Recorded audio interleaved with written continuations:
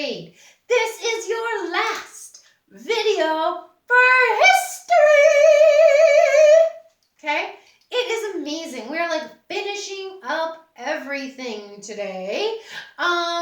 And so I know it's not your today, but it's my today.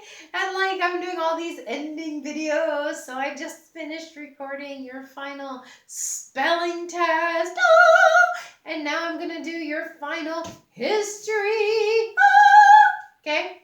All right, it's all very exciting. This means that you have in history covered front page cover to the back page cover. You've done the entire chapter 1 through, I don't even know what the ending chapter of yours was. I know, like 3rd grade. 3rd grade was chapter 10. And I know that 5th grade was chapter 20. But I don't remember what your last chapter was. I'm so sorry. Okay, so anyway, you guys know. So it's very exciting. I'm super excited for you. Remember, we just did a synopsis of chapter 1 in the beginning of the school year because we weren't sure how far we would get because I had never done 4th grade history. Yes, through the whole book, because I had never taught 4th grade history in this curriculum before.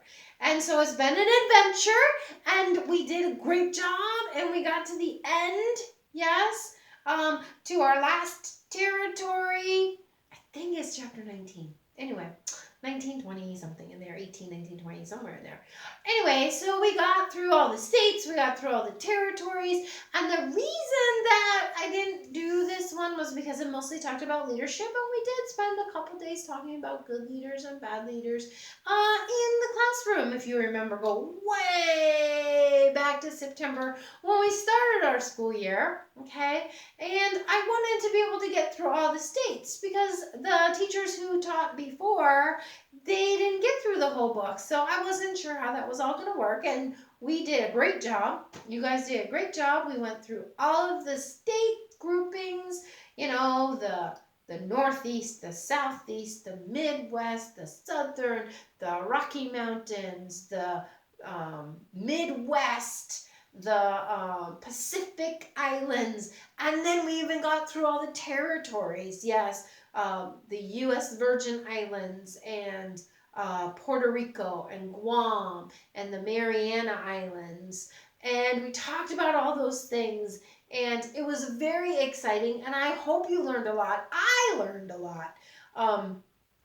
So now we went back to that first chapter, and we've been going through it, and this is actually our last lecture, page 20 to 25. This is it. This is where we ended off in 3rd grade with the Civil War, okay? And then we began 4th grade with talking about great leaders, righteous leaders, just leaders, what that looks like. And then we went into Reconstruction, if you remember, and we got through the whole book, and now we're back to the Civil War, which, as you know, you learned at the end of 3rd grade, and we really did a lot with the Civil War. So this is going to be the lecture on the Civil War. A lot you may know, a lot you may have forgotten. I will refresh your memory, and we will be done with this, okay? That does not mean you're done with history yet, though. Remember, you have your history project you're going to be working on where you picked your state or territory that you wanted to do, and you're going to be working on that from now on. You do have a test in a few days. So please use the study guide. Please study for your test. If the study guide isn't posted to this day, then it's going to be next time, okay? You are going to be working on your project. You're going to be studying for your final test. It's coming to the end, guys. Coming to the end. Amazing. But don't give up yet. Hang on. Oh, I'm sorry. And probably one more.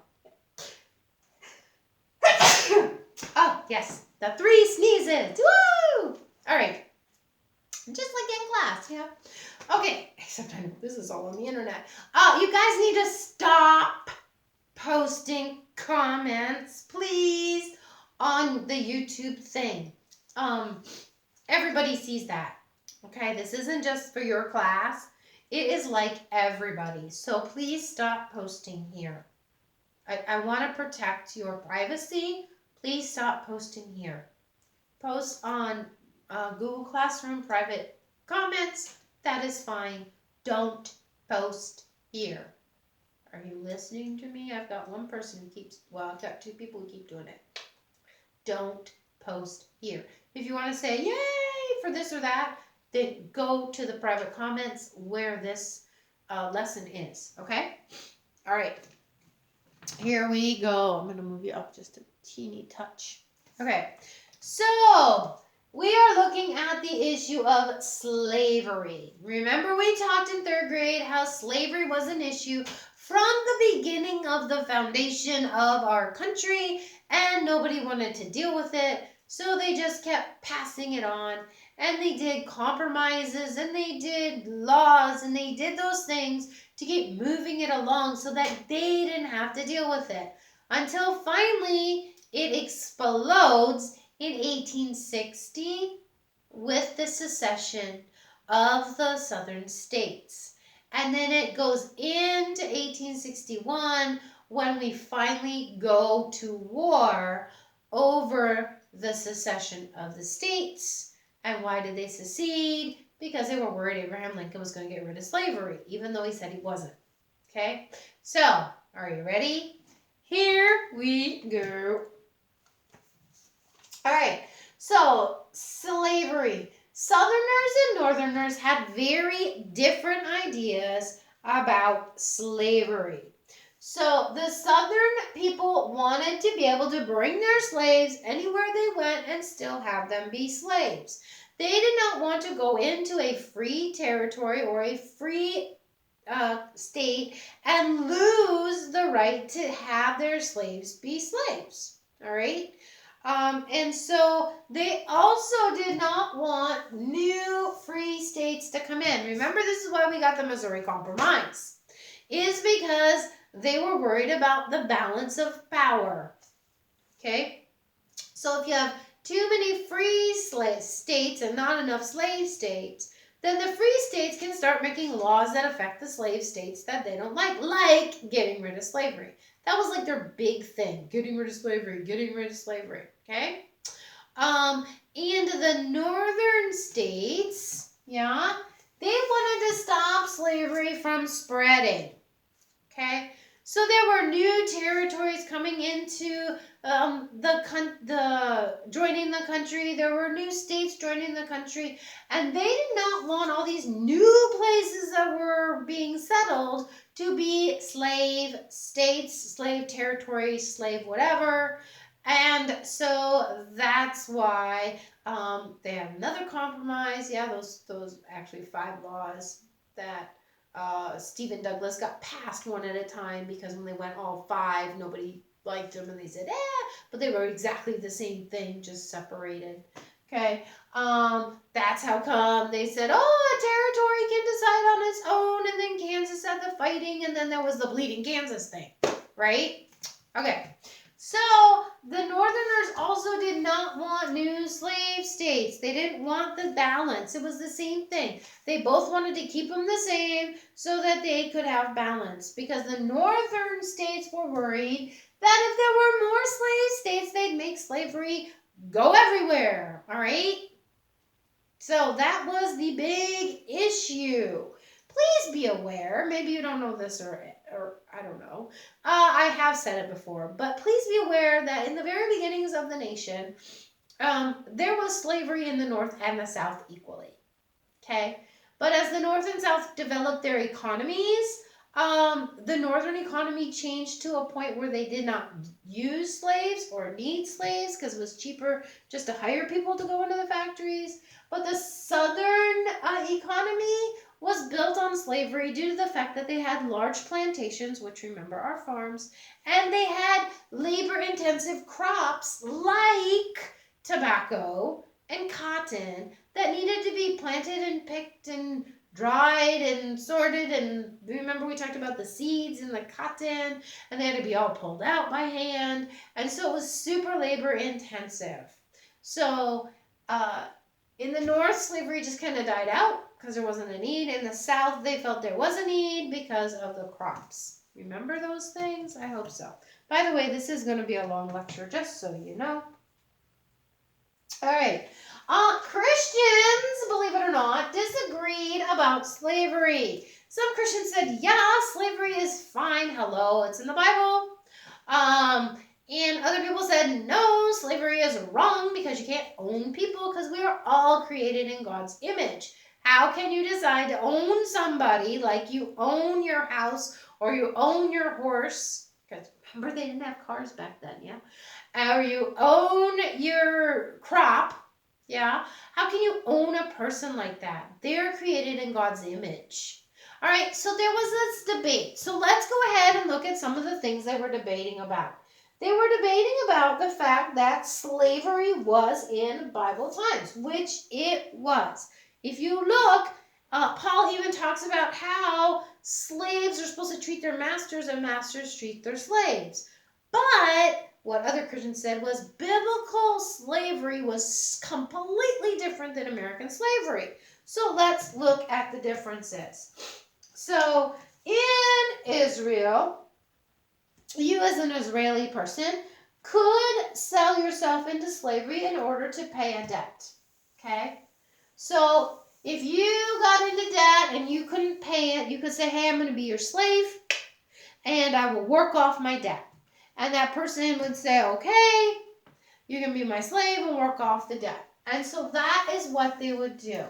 The laws stated that you could only be serving for 6 years. Okay? There wasn't an indefinite, lifelong kind of servitude for being a slave back then. You served for 6 years and then they had to let you go, whether your debt was paid off or not. They had to let you go after 6 years.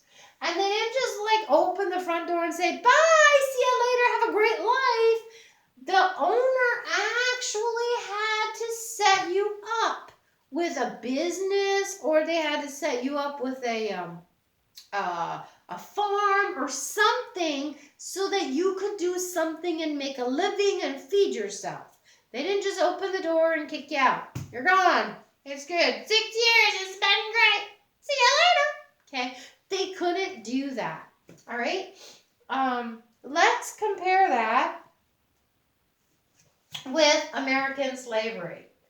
So, American slavery, we didn't get our slaves from here unless you're talking indentured slaves, because remember, servants. We did talk about the fact that there were two kinds of like servanty people, yes? There were indentured servants, which said, hey, I want to go to America, but I don't have enough money. If I go with you, will you please pay for me to go over and I will work for you? Okay, that's called an indentured servant, which is what slavery in Bible times was. Okay, this is what we're talking about. Slavery is not that. So slavery is basically they went to the continent of Africa. That's where most of the slaves came from. Okay, and they would buy people who had been kidnapped. Okay. So some people were kidnapped by white people who threw them on slave ships. Some people were kidnapped by other groups of people that were on the continent of Africa. Remember, guys, Africa's a continent, not a country.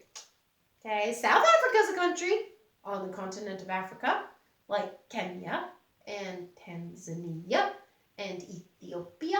Yeah, but Africa is a continent. Please remember that as we talk about Africa. Okay, so they said, hey, this is not right. You can't buy kidnapped people. Another difference: children were born as slaves. So if your mama and your dada were slaves and you were born, you were automatically a slave. Not so in Bible times. If you had a kid while you were someone's slave paying off your debt, that child did not become the property of your master. But in America, they did. All right?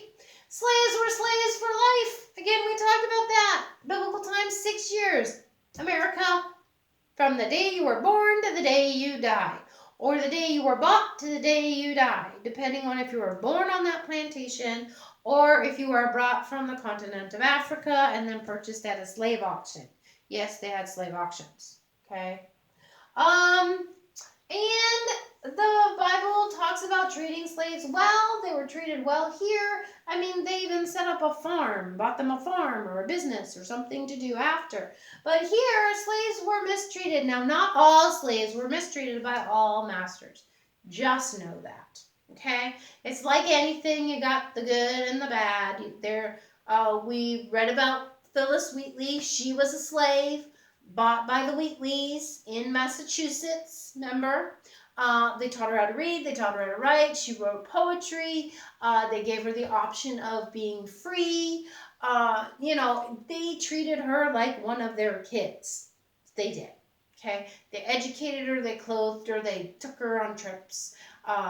They didn't beat her or anything like that. All right. And then there's other slave owners that are horrible, like Harriet Tubman's slave owners that, hit her in the head. Yeah, I know they weren't trying to hit her in the head, but they hit her in the head anyway.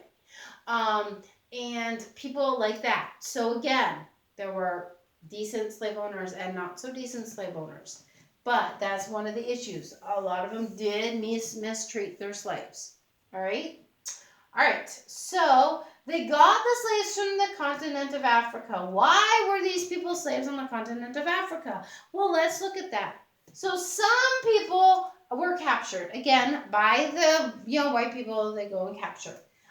And some of them are captured by other tribes on the continent of Africa because they would have wars and stuff, okay?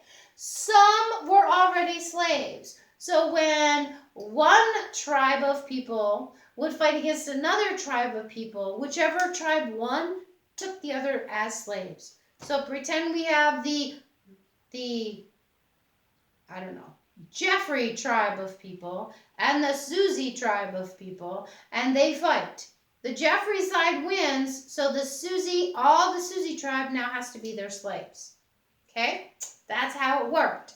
So sometimes they would then sell those slaves, those Susie people slaves, off to the slave traders that came from the United States, from the North American continent, from Europe. Okay, there was slavery there too. And they would grab those slaves and just, they'd sell them.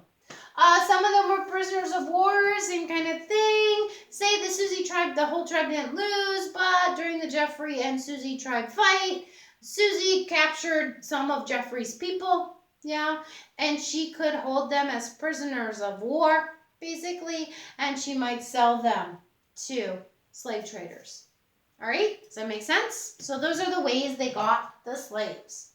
And the Americans bought men, women, and children. Like I said, they had slave auctions. They would put them on like a stage kind of idea, and then they would show the person and tell them all the good things about that person, and then people would actually bid on them. Okay, crazy to think about nowadays, but that's what happened back then. All right, remember that's how Mrs. Wheatley got Phyllis, right? All right, and Phyllis was really sick. She bought her anyway. Okay. All right, so in 1808, the United States said, we're done. You can no longer go to a foreign country to get slaves. Now, that didn't mean you could not get slaves from people who are already here. Say that my plantation neighbor, he has too many slaves and I need some slaves. I could go over and buy his slaves from him. So it didn't stop the slave auctioning or buying or selling. It just stopped the ability to bring them in from other countries. So then the slaves kind of became what you would call homegrown. Okay, so they were here already. Say one of the slave families has like 7 children and you don't need to have 7 children from that family. You might sell one of those people to another plantation. Does that make sense? All right, crazy to think about. Let me just make sure I did not leave anything out before we move on to the next page and the next section. All right, as we've talked about, this results in the Civil War. The Civil War was a 4-year-long battle. And remember, we talked about civil means that your country is fighting against itself. Okay? It's not a foreign country like the War of 1812, it was Britain. The Revolutionary War was Britain. The French and Indian War was the French and the Indians. But this war is a civil war where they're fighting against themselves. Every time a country fights against itself, it's called a civil war. Okay? Syria's had civil wars. There's all kinds of African countries that had civil wars. Remember, we read in 3rd grade about the civil war in Ethiopia and the missionary family, Charlie, and they had to escape to Kenya. Remember, we talked about that. So there are civil wars. So when we say civil war, again, we're not great at naming wars in this country. So we call the Civil War the Civil War. Pretty cool. All right. Some people occasionally refer to it as the war between the states, okay, because they say there's nothing civil about war. So civil means that you treat others kindly and you obey rules and laws and you act nicely. You don't break things and hurt people. So some people call it the war between the states, but if you're looking it up, I'm telling you, it's called the Civil War. Yeah. All right. I had to grab my notes. I just put them down. Okay, so the Civil War kind of begins, although not the actual war, but the setting up of it begins with the election of Abraham Lincoln in 1860. Remember, there were 4 men running. 2 were from the North, Abraham Lincoln and Stephen Douglas. Abraham Lincoln did not agree with the spread of slavery, but he was not going to change the law. Michael Douglas, I'm sorry, not Michael, he's an actor. Stephen Douglas, he also was from Illinois. They were both from Illinois. They had both competed against each other for a Senate seat for the Illinois House of the Illinois Senate in Washington, D.C., and Stephen Douglas won and Abraham Lincoln lost. Okay, so the 2 of them were both from Illinois, but the difference was that Stephen Douglas was okay with slavery spreading. He was okay with that. Yeah, whatever. Okay. And then there were 2 guys from the South. So we'll go on this hand. There were 2 guys from the South. Let me think a minute. Bell and Beckwith. Yeah. We're the 2 guys from the South. Or Beck. I don't remember. Beck something. All of a sudden it sounds wrong. So we'll go. I have it in my notes. Hang on. I have it in my notes. Oh, wrong way. Sorry. This doesn't have a front or a back, which becomes a problem at times. Sorry. I'm going to pause you. Hi, we're back. So, thanks for your patience. It was Beckenridge and Bell. See, I was right with the Bell, but yeah. All right, so John Beckenridge, he was from the South. He was a Democrat. He was from Kentucky, and he supported slavery through the whole country. And John Bell, he was also from the South. He was from Tennessee, sorry. And he also wasn't going to change anything with slavery. So those were the 4 men that were running in the year of 1860 for the presidency. Okay? So Abraham Lincoln becomes president, but only did he win the Electoral College votes from the North. Okay? Hardly anybody, practically nobody in the South voted for him. So this is the first time a president is ever elected by only one part of the country. All right? So Abraham Lincoln, he is elected in 1860, but remember the election is in November, but they don't actually become president till the following March. Okay? So he doesn't become president until March of 1861. But immediately upon hearing in November that he became president, In 1860, South Carolina goes, whoa, this is a problem for us. We don't believe that Abraham Lincoln is going to, not change slavery. We don't like the man, so we are leaving the Union. Okay? So they seceded, not succeeded, seceded. They seceded from the Union. That means they said, bye, we're no longer part of you. Okay? And then they pressured other states to do the same. All right? Let me make sure I haven't forgotten anything from my notes. Okay. And then 5 other states went ahead and followed them. And then what happened was a bunch of other southern states were just kind of hanging around to see what is Lincoln going to do. They were like giving him a chance, okay? They're like, what's he going to do? What's he going to say? So Lincoln becomes president, okay? Because James Buchanan, who was president, he didn't do anything about these states leaving. He's like, yeah, it's not my issue. So when Lincoln became president, Lincoln asked for all the states who didn't secede to please send troops so that he could stop this rebellion. Well, that's it. That's what those other states were waiting for. What was he going to do? They got angry at the fact that he wanted them to send troops to squash the rebellion. So they also seceded. So that was 4 more states that left the Union, Virginia being one of them. Okay? Virginia is important because that's where Robert E. Lee is from. All right? And Lincoln really wanted Lee to be in charge of his military. And Lee said, I'm sorry, I would, but Virginia is my state and I am loyal to my state and I will secede with them. Okay? So that's how that happened. All right. The Civil War. It was a long and bloody war. 4 years. They thought it would be over in a few months. Started in April. They thought it would be over by December. It wasn't. It wasn't over for 4 long years. Many, many, many, many, many men of this time died or were wounded. 25% of the male population between certain ages, which I can't remember the ages right now, but basically fighting age, died. Okay? Which left a problem with the women who were hoping to marry men. There weren't enough men to go around, so a lot of women had to end up starting to live together to survive. Okay? Because back then, women couldn't just go get a job. All right? Women weren't allowed to just go work like they are today. There were only certain things that they could do. I'm moving you a little bit.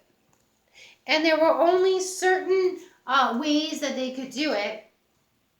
So the problem became very huge very fast as these women are trying to feed themselves, okay? And so they ended up living together, rooming in together, okay? So that's what happened. And it took a generation for that to work itself out. All right, so the South's advantages and disadvantages to the North and the North's advantages and disadvantages. So the South had very few resources. Most of the resources were in the North. The South, though, got to fight in their own land, so they didn't have to worry about transporting everything so far away. The North hardly ever fought in the North. There's only 2 battles in the whole entire Civil War that are in the North, okay? One is Gettysburg, the other is Antietam. That's it, that's all. Everything else is in the South, all right? So that's good for the South, though. They don't have to march so far and travel so far and all those things, okay? The South had a lot less men. They were spread out, plantations. The North was full of big cities, full of factories, okay? So they had a lot more men. But I will tell you, there were riots, like in New York City, for example, when the war was going on and on. They're like, we are done. This needs to come to an end, okay?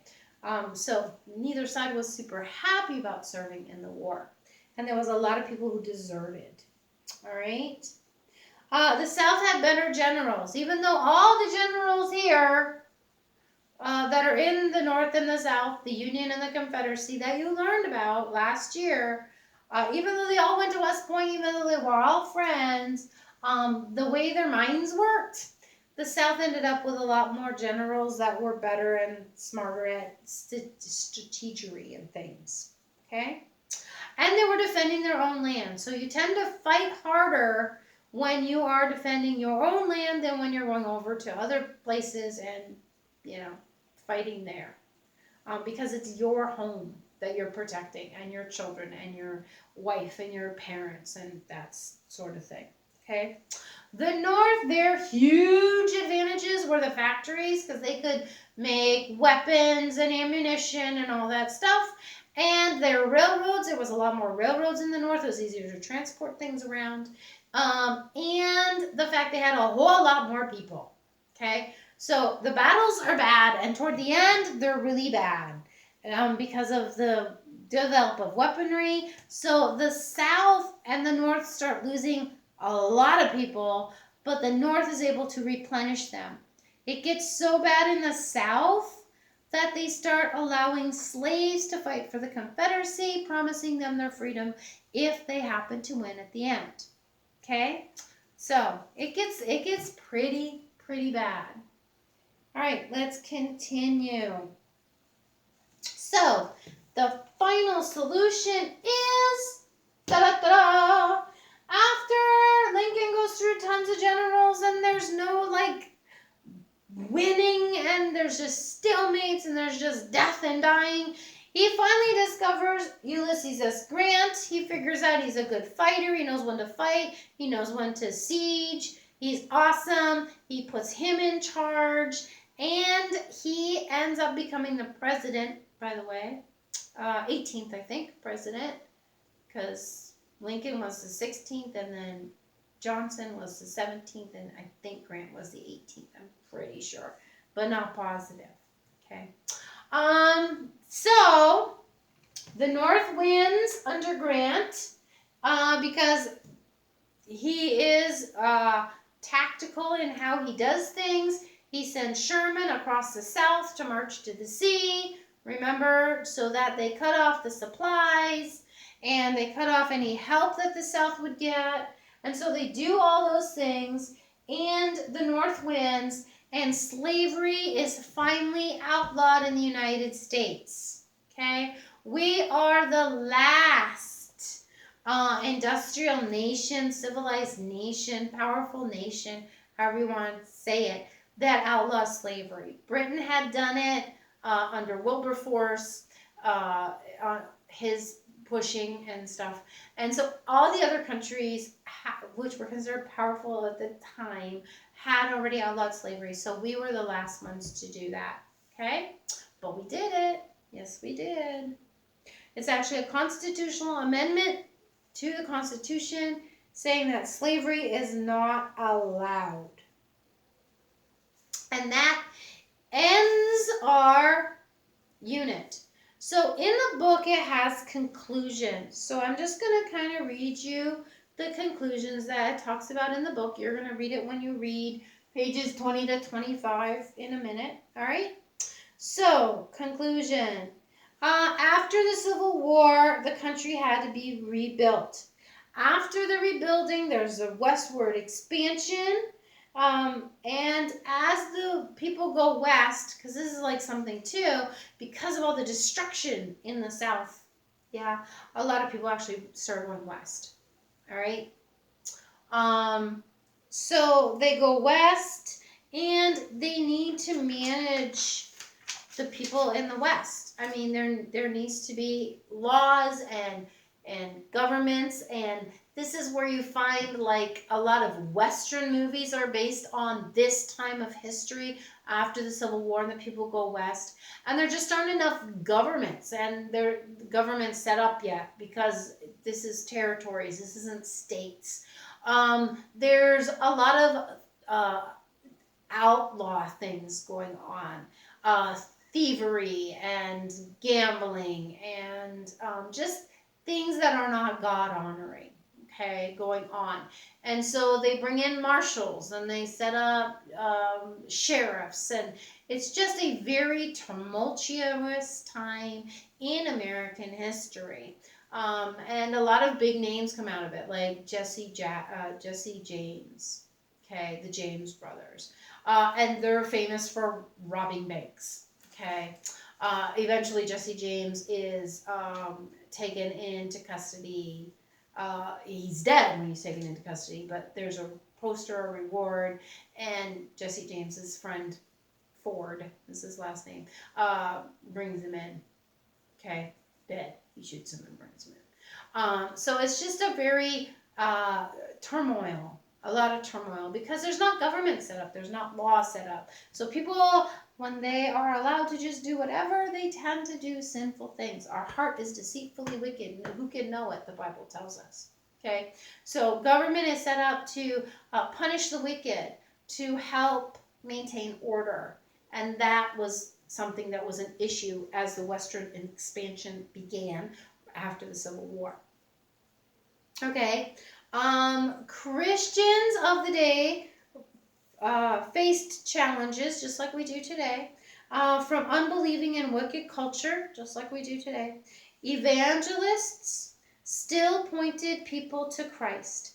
Pastors led their churches. Missionaries were sent out to preach. And Christian colleges were teaching new pastors and preachers that were coming up. Okay? Christians served in both the government and business. All right? At one point in our nation's history, not that long ago, like the 1960s, 50s, people said, hey, you shouldn't serve in government if you are a Christian. You shouldn't be a lawyer. You shouldn't serve in government. You shouldn't do that. You should serve God. And the problem came in like the 70s and 80s because there were no Christians in those fields anymore. They passed a lot of laws that were problematic to people who are followers of Christ, to people who believe in the Bible. And then in like the 90s, there was a big push again. Hey, Christians, you need to be lawyers. You need to be in the government so that these laws can be stopped or changed so that we don't lose our rights to worship our Lord the way we want to and say what we want to say about him and about what his word says. Okay? So there you go. That is the whole thing. Done. Okay? So your test. Make sure you're studying for your test. There's worksheets on this one. See, the problem is that I make up all the lesson plans and then I do all the videos, so I can't remember what the lesson plans say. Yeah. So read the instructions, do what it says. The Great Awakening video will be coming up shortly. The secret password for today is Lincoln. Okay? Secret password for today is Lincoln. And I will not see you for history anymore. I love you. I miss you. And have a great, fabulous day, okay? Bye, guys.